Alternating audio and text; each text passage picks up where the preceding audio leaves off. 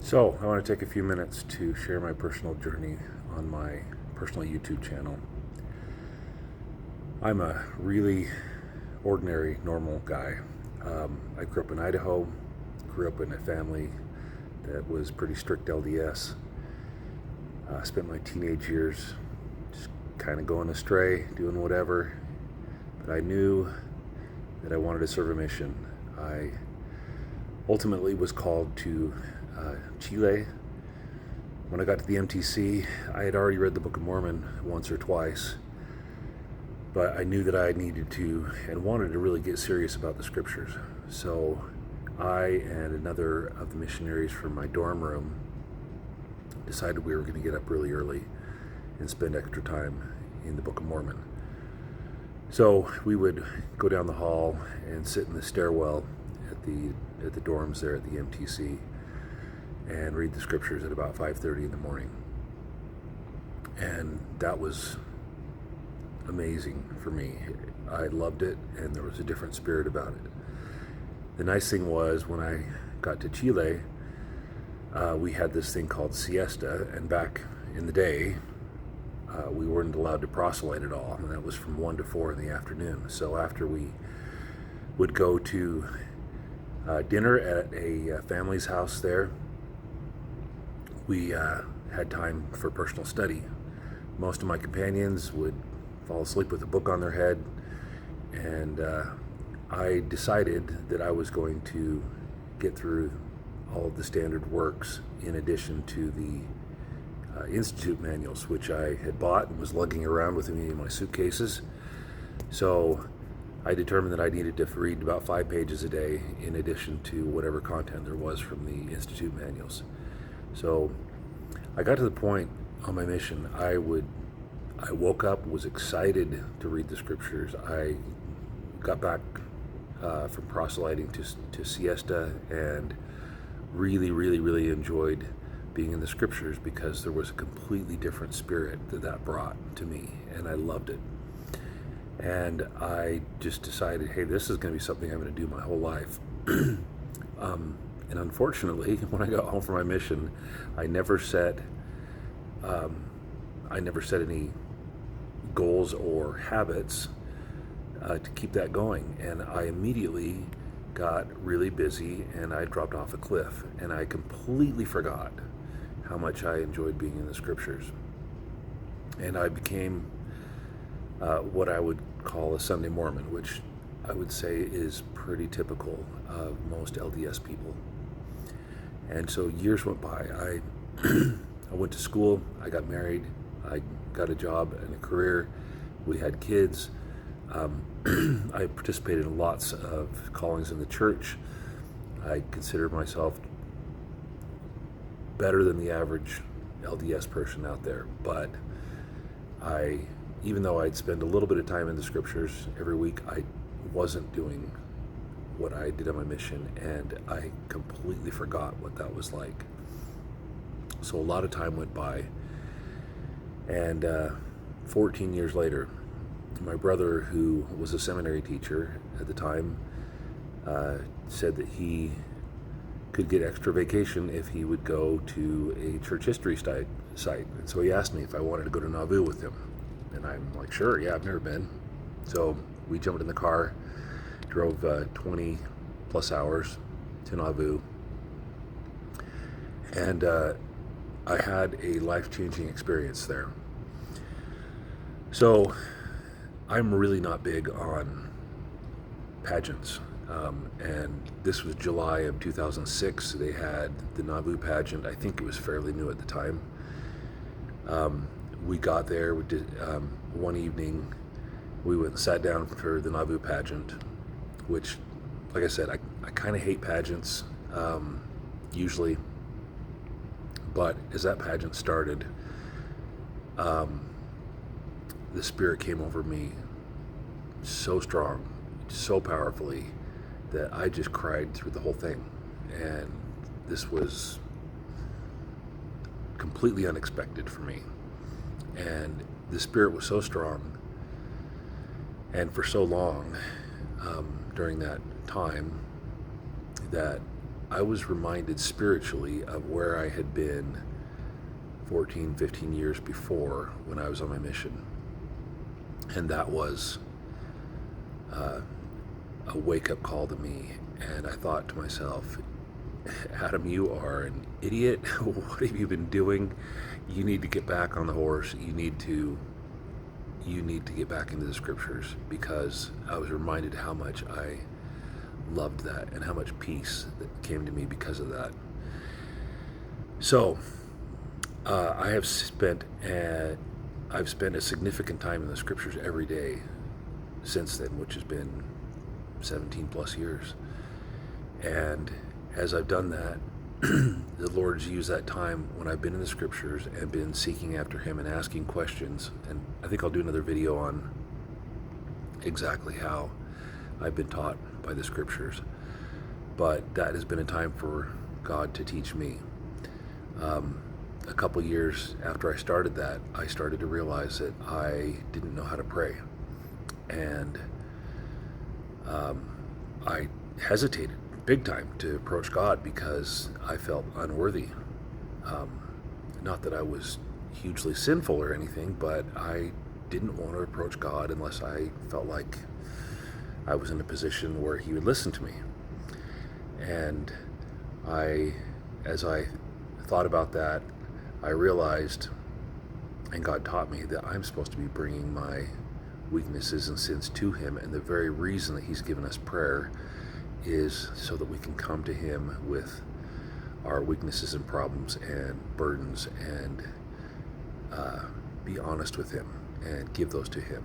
And so I began every day to bring my burdens to the Lord and to tell Him every morning, especially. And I realized that I wake up natural man every single morning. I wake up basically with a hard heart, and I don't have desires to do the things of God.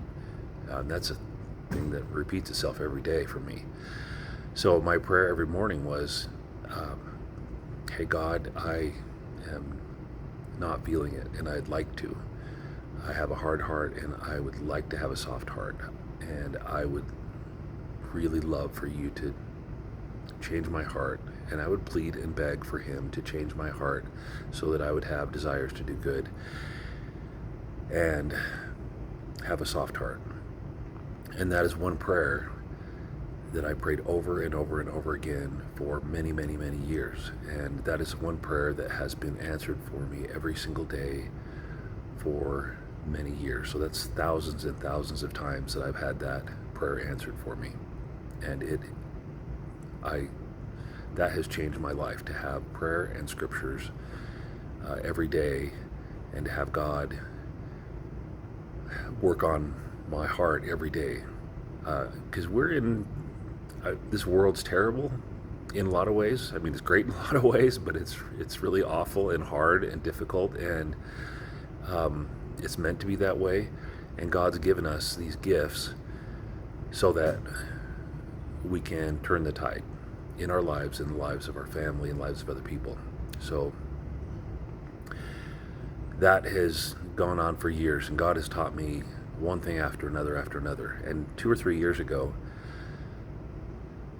I began to look around, and I noticed that there was a lot that I didn't understand in the world, in the scriptures, in the church. And I really wanted to know what was going on.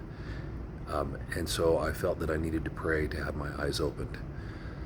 So I began to pray to have my eyes opened. And one thing after another, God would point things out to me and teach me principles related to that. And He would open my eyes a little bit more and a little bit more and a little bit more.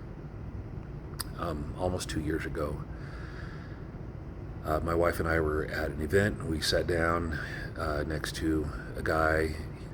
We talked a bit before the event, and afterward, as we were headed out with this guy. I talked to him. I didn't know him, but we were talking about a gospel subject of some kind, and he asked me, have you ever heard of of this a particular topic. And I said, no, I'm not sure what you're talking about. And he said, well, you should look into this. And as he said that, the Spirit very softly came to me and said, he's a messenger. And I thought to myself, wait, what does that mean? He's a messenger. And it was so soft, and it wasn't audible. It was just very soft, but it was enough, and it wasn't for me, but it was enough for me to take seriously what he said. So I began looking into what he said, and that was a crack that opened up a ton of light. And so I began to understand, as I looked into this, the scriptures so much more than I ever did before, and more and more and more. And I recognized that guy, I'm still good friends with him, as really a mortal angel that had been sent to give me more light and to help me. And there have been others. There have been others that have been sent to me. And I'm not talking about the heavenly angels, even though I continue to look for them. But as I take things that God sends me and implement them into my life, I notice that he sends more and more and more. So that's the spiritual journey I'm on. It's different than the typical person that's in the LDS church in many, many ways. It's better because I am on a journey where God is teaching me personally, where he is helping me to repent and to change, where my instruction is coming from him, although it does come very much so from other people as well, and that's how it works. I sometimes wonder if I'm deceived, if I'm ever going off track, because walking that journey and listening to the Spirit and doing what God tells you to do is risky. There's risks there. It's not the safe journey where you just sit in church and do whatever the church tells you to. It's different. But the journey, I know, is directed by God, because he continues to teach me and to show me things that I need to change about myself, so that I can be more Christ-like, so that I can be more holy, so that I can reconcile myself to what is there in the scriptures. So it's been a great journey. I will post some more about the details of how that's been, but I encourage anybody who is watching this and who has felt the Spirit before in their life and maybe doesn't feel that to the extent that they did before, I invite you to do whatever it takes to pray to get that feeling back in your life and to allow God to change you on a daily basis. It's a line upon line thing. It has been for me. It's been for many, many years. And that's just, if you don't like line upon line, you kind of don't like how God teaches. And it's frustrating. I do wish a lot of times that he would just hand it all to me, but I know I'm not ready for that. It's got to be a little bit at a time. But God's merciful, and he gives us grace.